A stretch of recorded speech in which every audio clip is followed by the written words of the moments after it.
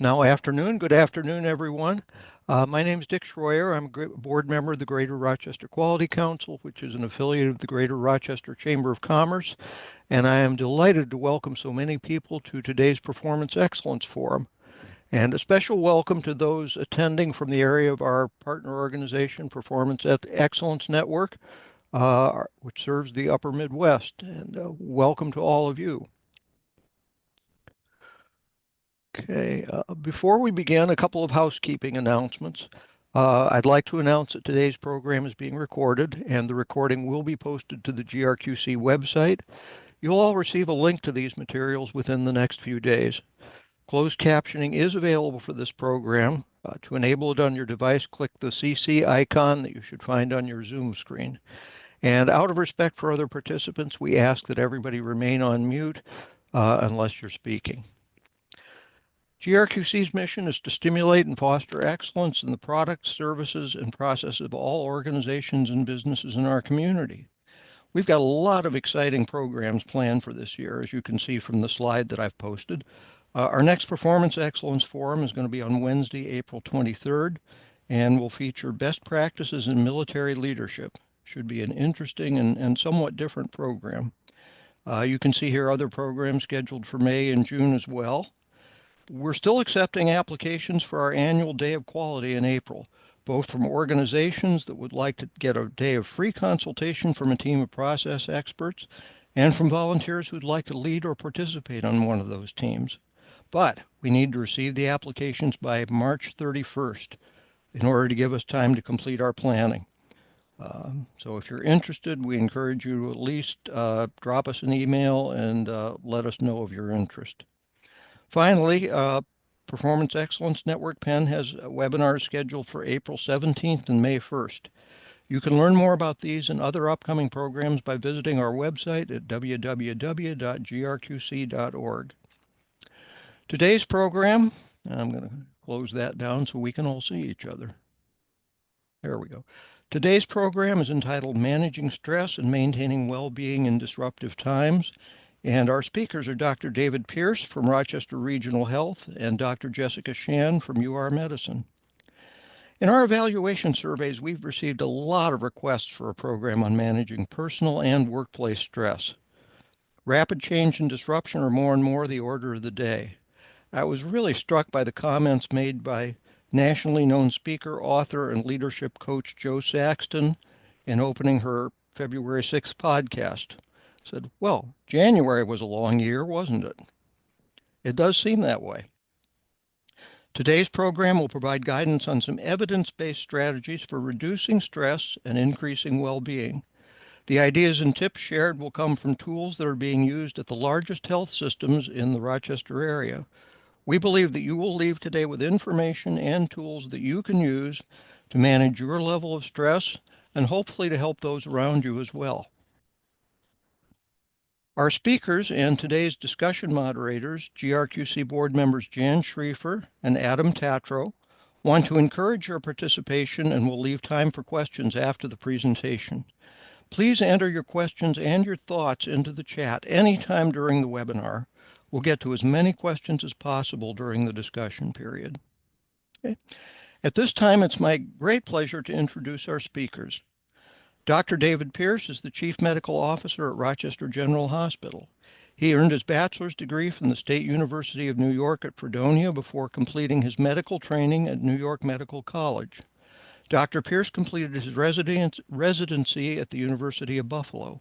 He furthered his education with a Master of Healthcare Management degree from Harvard School of Public Health and an MBA from the Questrom School of Business at Boston University. Dr. Pierce has had a diverse career in both the private and public sectors, including serving as the National Chief Clinical Officer at WellNow and as the Chief Physician Executive at Caleda Health System. He's a Baldrige Executive Fellow and holds teaching appointments at esteemed institutions such as Rochester Institute of Technology, Lake Erie College of Osteopathic Medicine, and Harvard Medical School.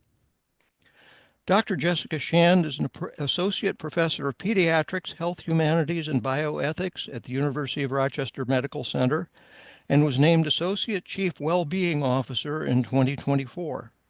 She received her MD from the University of Buffalo Jacobs School of Medicine in 2006 and completed residency training in pediatrics at URMC. She returned to join the faculty in 2013 after completing fellowship in pediatric hematology and oncology at the Johns Hopkins Hospital and National Cancer Institute. Dr. Shand has received additional formal training in medical education, clinical ethics, and theology. She has a Master of Divinity degree from Colgate Rochester Crozier Divinity School. Her research and published work address multidisciplinary support of frontline medical teams, particularly those experiencing moral distress and ethics strain. Dr. Shand serves national roles on the AAMC's Committee on Women in Science, the AAP's Committee on Bioethics, and the NIH Spirituality and Health Research Group. We're very excited to have such distinguished leaders from Rochester's healthcare community with us today. Dr. Pierce, I believe you're going to lead us off. Yes, sir. I'm just going to share my screen here. None of my slides are magical, but I will just kind of walk through, and I appreciate you having me here. This is a topic that's very near and dear to my heart, and I'll give you the disclaimer before I start. And actually, before I start talking, can you hear me okay? Yes. Okay. So, this is non-branded. I don't want this to be, a specific organization trying to, trying to talk to this group, and even more so, I've given this talk with a big focus on healthcare, and knowing that this group was very diverse, I modified it to some degree because I think the basic principles and the tenets of this are applicable to really any sector. And I intentionally go through this in a way that isn't preaching. I'm not telling people what to do, but this is my journey into burnout, where I almost considered quitting medicine, and back. So it's a bit of a personal story to kick this off. And I do hope that some of what I talk to you about resonates. And as a starting point for this, and I had an opportunity. So I'm currently, actually this week, I'm graduating from the Baldridge Executive Fellowship, which is an incredible year-long program. It's put me in contact with a lot of people outside of healthcare. And one of the companies that came and spoke to us was it's called Stellar Solutions. And it's an aerospace company whose hashtag is, yes, we are rocket scientists.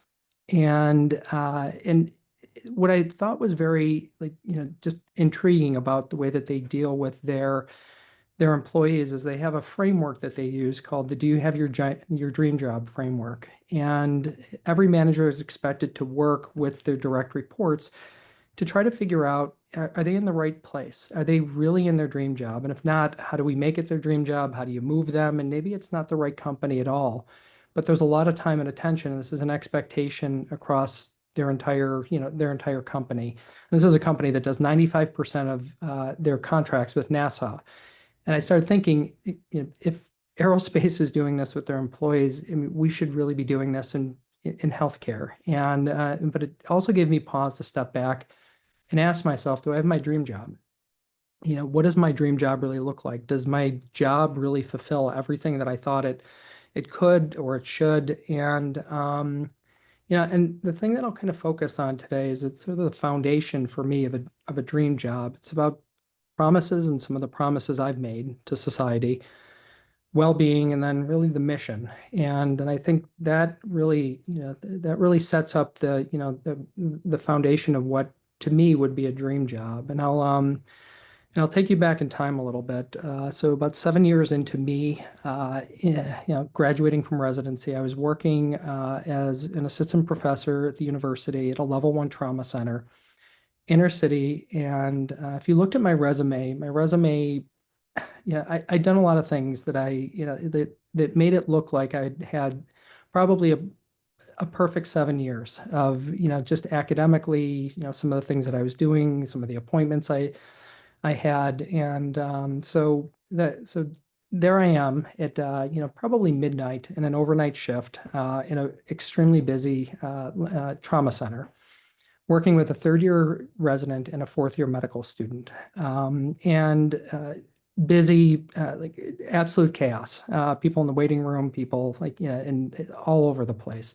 At a time when it's single coverage, at that time in the emergency department, and I could hear as I looked over to one of the rooms some commotion coming out of the room, and I peered in. And I saw the resident and the student at a time when we did not restrict visitation in the emergency department, and probably about 7, 8 people in the room, and yelling, shouting, screaming. And I kept a close eye on the situation, and eventually they walked out, came to me at the nursing station, and presented the case to me.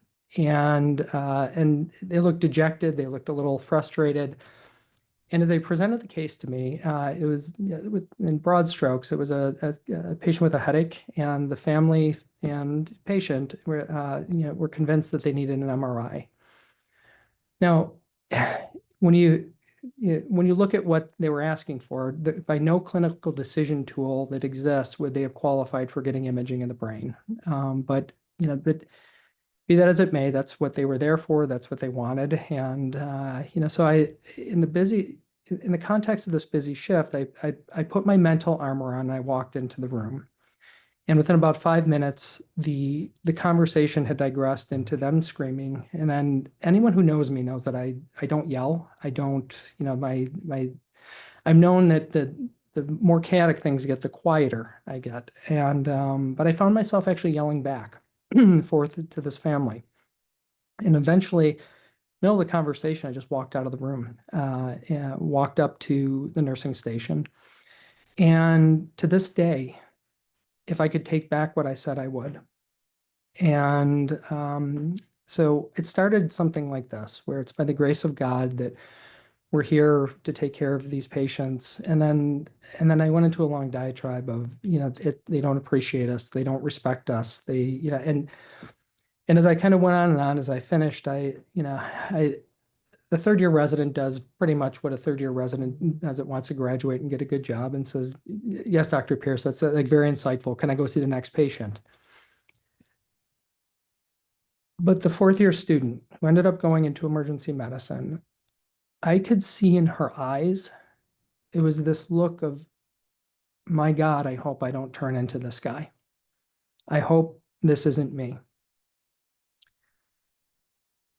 I went home that night, and I had I just took an inventory of where I was in my life and like in my career, and and in talking to my wife, it was very clear that like, I never came home from work happy. And this isn't where I started. When you start, and this goes back to the promises. The promises I made to society is that wasn't about my schedule, it wasn't about the workload, it wasn't about balance, it was all about the good that I was going to do in the world. And I had gravitated very far away from that. And it kind of reminded me, when I first started residency, I worked with an attending who used to make a comment and say, if I take care of one patient in a shift that appreciates what I do, that's been a good shift. And medicine would be perfect if it weren't for patients. And I remember listening to that and thinking how callous that was, how horrible, how like there's no way I'm going to become that person. And I found myself 7 years in somewhere that I never imagined. And I actually considered, you know, is medicine, am I in the right field? Am I cut out for this? Because I didn't feel like I was doing what I had promised I would do. And you know, and and these are the kinds of things you talk about burnout, and there's tons of stuff written on burnout. And I want to make this very much just sort of like what was going on in my own head. You talk about depersonalization. I mean, I started thinking like, why is the patient even here? They keep coming to the emergency department. I don't feel connected to my department, my hospital, my friends, my colleagues. And then comes in moral injury, where medicine and a lot of industries, you're educated in an academic environment, in an incubator that basically tells you this is the best drug, the best test, in the most timely manner. This is how it all needs to roll out, and then you thrown into a world that just doesn't function that way because of authorizations, insurance, volume, resources. And then moral injury comes in. There's just too many people and not enough beds. There's boarding. There's, I know what my patient needs, but I can't do it because the administration, the hospital, the government, and and and and these are all the thoughts that were going on in my head at the time. And am I making a difference? I wouldn't say that I got clinically depressed, but I certainly was mentally exhausted. I just felt drained. And then the frustration came in. I just can't get my work done in a timely manner. I'm missing time with my family. I'm missing soccer games. I'm missing things that are important to me. And then blame set in. And patients are needy and entitled. The administration, it's like doesn't care about me. The hospital doesn't care. The patients don't care about me. And it wasn't a great place to be. And actually there's a book that I read and this is what I would encourage because in terms of burnout, what I've realized in terms of a dream job, there's nothing that sets like that makes physicians or probably anyone that like functions at a high level cringe more than saying we're going to role play or we are going to, and talk about your feelings. Or we're going to give you we're going to give you an app on your phone that helps you meditate, or we're going to create yoga opportunities for you. And usually after you have one of those sessions, I get 15 emails from a person saying, like, that's not going to solve all of these other problems. And this was a way for me to just take an inventory of my own life. And I read this book recently. I didn't do this at the time I was going through this, but I would encourage people to do this or some form of it. And so I read this. It's not a. It's I wouldn't say the entire book is magical, but there are certain pieces of it that I took away. And this was one of them, is taking 10 areas of my life and sort of rating them on a scale of 1 to 10. And this could change any given day based on whether I've had coffee, whether I've had sleep. It can kind of go up and down. But at that point in my life, I really thought about where I was at and what my balance was. And on a scale of 1 to 10, this is probably where I would have ranked myself. And again, I'm going to point out the fact that I was a clerkship director for the medical school. I had received the Dean's Award from the school for outstanding commitment to the university. I had done a lot of things at this point in my career. And if you looked at me on paper, it looked great. But this was really me. This is where I was, I think, and I was burnt out. And I take a lot of tests in my life, and I have not failed a lot of tests, but this is a 25 out of 100. When you think about what this is, I'm failing life. And this is much better now. And this is helpful for me to do even today to sort of balance some of this. And it doesn't matter what you put in here. You can put other things that are important and prioritize. But this is something that was very helpful for me and is still helpful for me to do to help me better understand where I need focus. And the path back. And I think that's probably the most important thing. How did I get myself back? And everyone likes to bucket things into personal and professional and kind of go like they're completely separate things. I think they're the same thing. And right about the time that this was happening, I went to my chairman, Rob McCormick at the time. And, we had a lot of things happening in the health system. At the time, we were bringing something called Studer in. And Studer is, for those of you who don't know, it's a national company. They kind of come in, they sort of help you standardize the way you interact with patients, focus on, patient or, customer, satisfaction and engagement. And right about this time, Rob basically had asked me, like, I want you to be a champion, a Studer champion for the department. And I'm like, when he had asked me prior to this, I said, there's no way I'm doing that. There's no way I'm standardizing how I'm interacting with a patient. There's an art to medicine. I know what I'm doing. I'm not drinking that Kool-Aid. Well, after that night in the emergency department, I was ready to drink the Kool-Aid. And you talk about my path back, and this gets back to the promises that I've made. And AIDED is it's just an acronym, and it's just it's a way of interacting with people in an emergency department or in a healthcare setting, where you acknowledge, you introduce, you talk about the duration, you explain what you're doing, and this is where I got hung up on it. You have to thank people for coming in, and I couldn't wrap my head around it. So I work at a safety net hospital. Someone's coming in often like yelling, like screaming, like could be drug seeking. There's like any area. You could apply this to any customer that you have that's difficult. And you're going to thank them for abusing you. You're going to thank them for and so I said, you know what, I'm going to try it. I'm going to do it for an entire shift. I'm going to work through this. And I kind of modified it over time. So it was no longer thank you for coming in. It was more about thank you for letting me take care of you.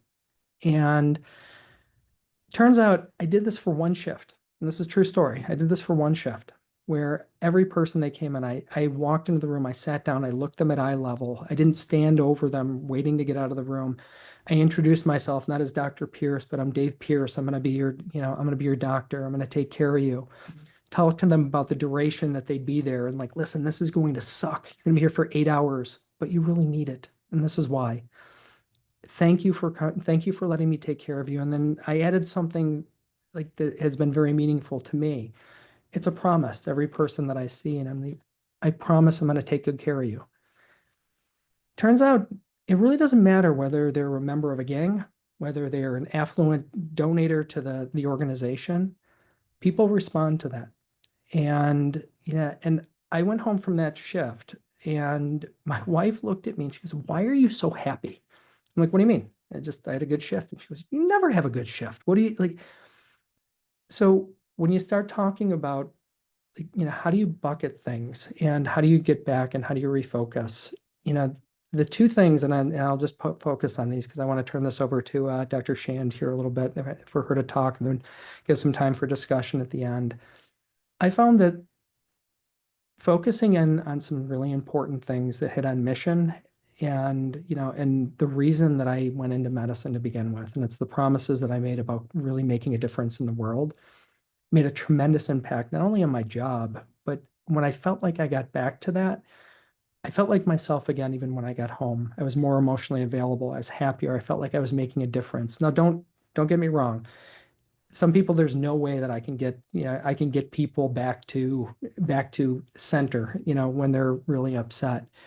But just engaging in that made such a tremendous difference in my life. And I still do this to every day, every patient that I see. I give my business card out with my cell phone on it to my patients. And everyone thinks I'm nuts for doing this. I've only had one patient abuse it in all the years that I've done this, probably giving it out thousands of times because I still work as an ER physician. Um, there's something about accountability in kind of that interaction, that personal interaction and connection that you make. And as crazy as this is, we had a consultant working with a company that I was with at that time doing some board review. And it was a person, it was a kind of a, I guess you would call him a life coach. And someone said, well, yeah, use Tony. Tony will help you. And I'm like, or whatever. So Tony said, how many hours do you sleep? I'm like, probably 4. And he looks at me like, are you nuts? How do you like sleep 4 hours and function and like keep your I said, no, there's not enough time in the day for me to sleep. You don't understand. I have 4 kids. I have I have a job. I have like all of these things that are important. And he said, listen, let's restructure a little bit of what you're doing and we can talk about this. And this gets back to, this is not necessarily an evidence-based way that the organization, because we're doing a lot in the organization right now around wellness and around focusing on things that are really important to our employees, but this was me kind of being more introspective about some of the things that were really a detriment to me. And if you get really deep into the research around sleep and the detrimental effects of lack of sleep, sleep deficit over a period of time, cognitive long-term effects around aging and neurodegenerative disorders, sleep is so important. And I had prioritized sleep as probably the last thing in my life. And I to this day I have a sleep tracker. I use a Whoop. I've used Fitbits. I've used a lot of things. I've dug so deep into my own biodata and a couple of like just tweaks to what I was doing. I would say my energy, my outlook, my resilience, because the reality of it is that healthcare, a lot of industries, a lot of different sectors, there are things that jobs can do to buffer some of that and support people, but some of them are just inherently challenging and I think building up or understanding the things that were important to me to give me more of a buffer of resilience has made me a much happier, much more functional, much more productive person in both my personal life and at work. And sleep had a lot to do with that. And, and then also, and I won't get too deep into this, but there's a whole nother section just talking about mission and being part of an organization that aligns with who I am as a human being, what's important to me.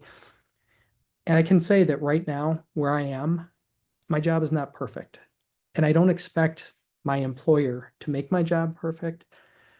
But for what it's worth, it allows me the opportunity to fulfill the promises I made to society. There is enough flexibility in my job and enough recognition that well-being is important that I can focus on that. And the mission aligns with who I am as a human being. And I would say that right now, I don't know if there is a single dream job, but I do have a dream job and I love doing what I do.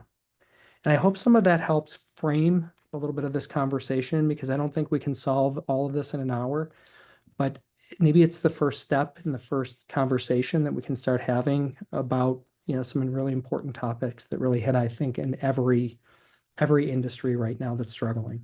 So thank you. I appreciate it. I'll turn it over to Dr. Shand and look forward to some additional conversation. I will stop sharing here. Well, as I take over this transition, I actually just want us to take a moment to honor and appreciate the depth and the beauty of what Dr. Pierce just shared with us. We don't get a lot of moments in our day, in our lives, regardless of where we work, to really take in the beauty of other stories. And that's a big piece of how we build vibrant workplace cultures. So just thanks so much for that. I am going to share my screen.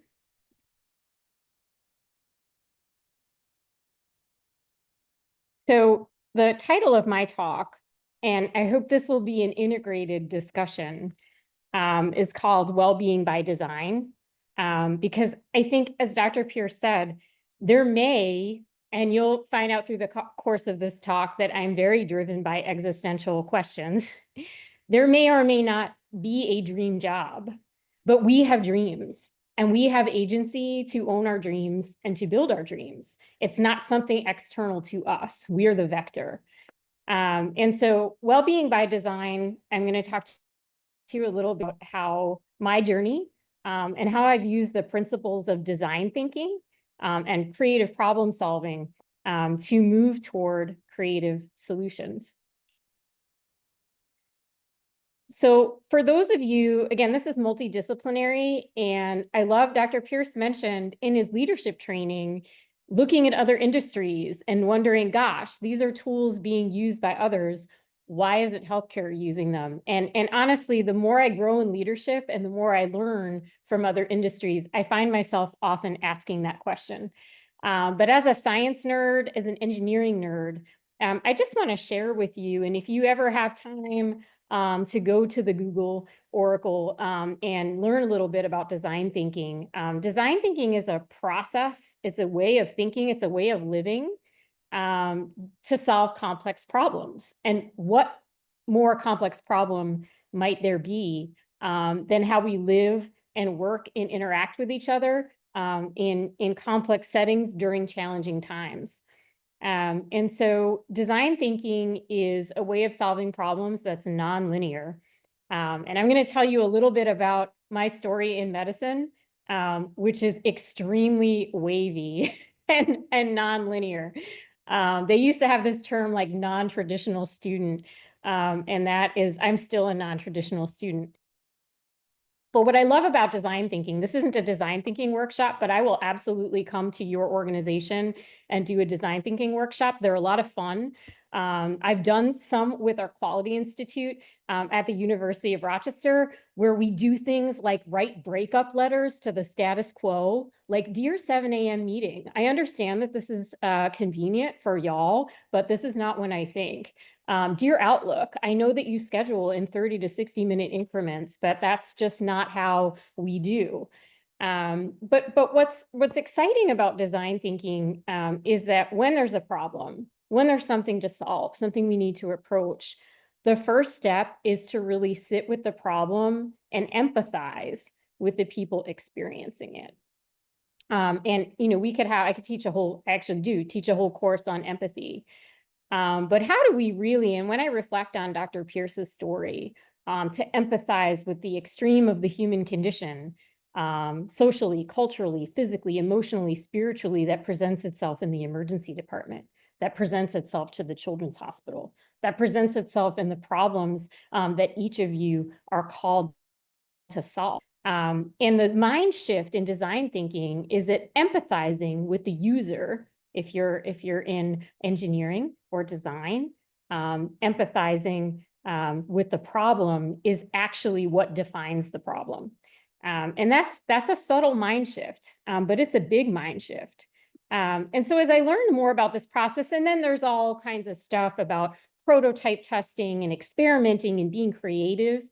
And I think when I talk to our learners at the University of Rochester in labs, in PhD science, and in medical school, in nursing school, a lot of what contributes to their perception of burnout is just a lack of space to be creative. So what is wonderful about design thinking, it gives people space to be really creative about how they solve problems. But I was really taken with this notion of empathy. How do we cultivate our empathy? And what kind of embodied skill is that? And what I've come to learn, and I'm still learning, because remember, I'm a perpetual student, is a lot of that cultivation, that exercising of the mental, spiritual, emotional, physical skill of empathy is in understanding our stories and listening to the stories of others. So a little bit about my story. And for any of y'all deadheads in the audience, I see you. It's the third night, I think, tonight, Dad and Company's at the Sphere. I am not there. I am here in Rochester. But my journey in medicine has been a long, strange trip, and I've loved every minute of it. And I think I encourage anyone here who's looking to reconnect with the truth of what brings them to their work, to think about what brought you there in the first place, and think about the versatility in your perception. I think the thing I love the most about medicine, the practice of medicine and the art of medicine, is the inherent versatility. You heard that in Dr. Pierce's story. He was able to learn and go and come back and be a leader. And there was space for all of that. All of you have those spaces too. So my story really started growing up, I would say loosely in the church, because the way I grew up, and again, this is not about religiosity, it's just about my experience. And in my community, like, the church were the people that brought the food to those who were suffering. The church were the people that were sort of out dealing with the major issues of the community. So as a young girl, my vision for my life was to speak and to heal and to address suffering in the church. But then I found out, this is a big deal as a old Catholic girl, that I was a girl and I couldn't be a priest. And like I just had a huge problem with that, and I still do. But essentially, the message that I got early on was, you want to heal, you want to give those words, you want to be where the suffering is, but you can only do it to a certain extent, after which, like, you're not allowed on the altar and you can't do that. So I can't speak for 8-year-old Jessica, but there was always that question of my head of, well, how can I address the suffering? How can I be with people in need? How can I act on my values in a way that actually makes a difference in the world? And my parents, my working class parents, were like, any gift you have it because you've been called, you made a promise, as Dr. Pierce said, to leverage it for people who need it the most. And so I found myself being really inspired by my community pediatrician. And, you know, this is a bygone era for those of you who may remember. My community pediatrician had his practice on the first floor of his house. He lived upstairs. The practice was downstairs. We could only go to his office because he spoke Italian and English. So my refused to go anywhere else. We had to go to Dr. Genitazio because he was from Italy and he spoke Italian.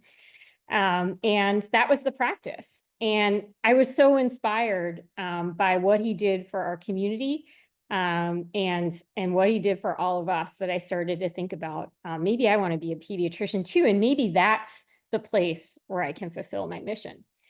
And so I think something that made a really big impression on me as I started to learn the art and practice of medicine is that it wasn't all about the science. And if we're really going to think about how to attend to suffering, there's a lot of suffering in art. There's a lot of suffering in literature, right? All great art is born from extreme conditions. And so I just found myself wanting to devour lots of knowledge, not just the knowledge they tell us is important for medical practice. And so through my journey of education and studying, I had a really sentinel experience serving I served the Navajo area Indian Health Service after medical school. And I learned about sort of an integrated sense of well-being that the Dene people call Hosho. And Hosho essentially teaches us that your well-being is not just your physical, spiritual, emotional, mental health in the moment. It's the whole history of your family. It's how different clans in your family related to each other over many years. It's your relationship to the land. It's your relationship to the creator. It's your relationship to things past, present, and future. And that challenged a lot of the canonical teaching that I received about what health and disease could be. So I kind of filed that in the back of my mind. And I said, well, where can I find an opportunity to care for children who are suffering the most, and be part of a big journey. And that took me to caring for children with cancer and blood disorders, which is an extreme and beautiful experience of the human condition that I don't want to spend too much time talking about, but gosh, there are so many stories. And I found myself really taken with this issue of grief and how we in medical practice process grief, how we interact with grief, and the effect that it has on us. And that's where really my journey in how we suffer as teams, how we work as teams, how we process grief and extremes and strain was born. And so I found myself taken really with many of the questions that my families asked me. How could this happen to our child? How could this be God's plan for our child? Where do we go next? How do we journey? How do we answer questions that have no answer? In medical school, we get really good, right? Dr. Pierce, you mentioned about taking tests. We are so good at picking one right answer, but I am here to tell y'all that when a child is dying of cancer, there is no one right answer. There are no answers. And then all of a sudden you realize that all these assumptions that you built your life on, I'm a good person, I pay my taxes, I keep myself healthy, I eat the leafy green vegetables, and so I'll live a long life. And so here we are confronted with a paradox. But I'll tell you, something that contributed to my own sense of burnout was feeling like my education and my experience was really incomplete when it came to meeting people where they are, where they suffer. And that I just personally had a lot of moral distress about that. I lost a lot of sleep. I shed a lot of tears. I felt so incapable of bearing witness and attending with families. And so I got some training in clinical ethics to think about how we manage ethical dilemmas, and that still felt incomplete. And then I remembered how I got here and who I was. And I remembered 8-year-old Jessica, who was so pissed off about not being able to fully serve in the church. Said, you know what? I'm going to be 43 in my vast abundance of spare time with 2 kids and a husband who's also an emergency physician. And I'm going to go to seminary. And I did. I took 1 class a semester, and it took like 5 years to finish. And my work was really on, again, not from a religious perspective, but from a deep thinking perspective of how we listen, how we attend, how we think about suffering. And I learned more from that experience. I learned more about my own community here in Rochester, and what a tremendous gift. Some of the other lessons I've learned are from a life and endurance sport. Because sometimes stress is good. And sometimes finding where our boundaries are is even better to fostering our success. And that led me to a place where I felt like, you know what, I may not fit in a box, and this may have been a long, strange trip, but I'm going to lead fearlessly and from the heart. And whatever happens, happens. And some people will say, my leadership is too emotional, too female, too much, too loud. But you know what? I'm going to do it anyway, and I'm going to see what happens. So stay tuned for chapter 9. So some of what we told you may work for you, may not. I love what Dr. Pierce said about mandatory wellness, because there's nothing that people like less than being told, like, we're going to go to a conference room and finish modules about your wellness. Because we have everything we need for our own well-being inside. We just either have to give ourselves permission, space, embodiment, heal the wounds that we have to allow it to happen, to allow it to manifest. And as someone who cares deeply about health equity, I think some of the wellness industry really reflects a lot of privilege. Not everybody has the time, the money, the resources to attend a thing. But if we honor what's in ourselves, that is a path to wholeness. So I encourage people, and I hope you are inspired, because that's sort of my calling card. Know your story. Think about how you would tell your own story, the way Dr. Pierce and I, and keep writing your story, right? Like, don't put periods at the end of your sentences. Keep thinking about how your call to your work, your call to your community, yourself, your family, your craft, whatever it is, and continue to add to it. See and honor the stories of others. That's that first empathetic step in design thinking. But I put this second because there's no way we can see and honor other people's stories until we really understand our own. Words to live by. This is a tool, right? I'm not going to say motto. I'm not going to say mantra, but feel free to think about, like, what's a phrase? What's something that guides you? What's something that reminds you of your purpose? And I'll share 3 of mine with you. Some of them are practical and some are deeper. My first one is, your email is not my emergency.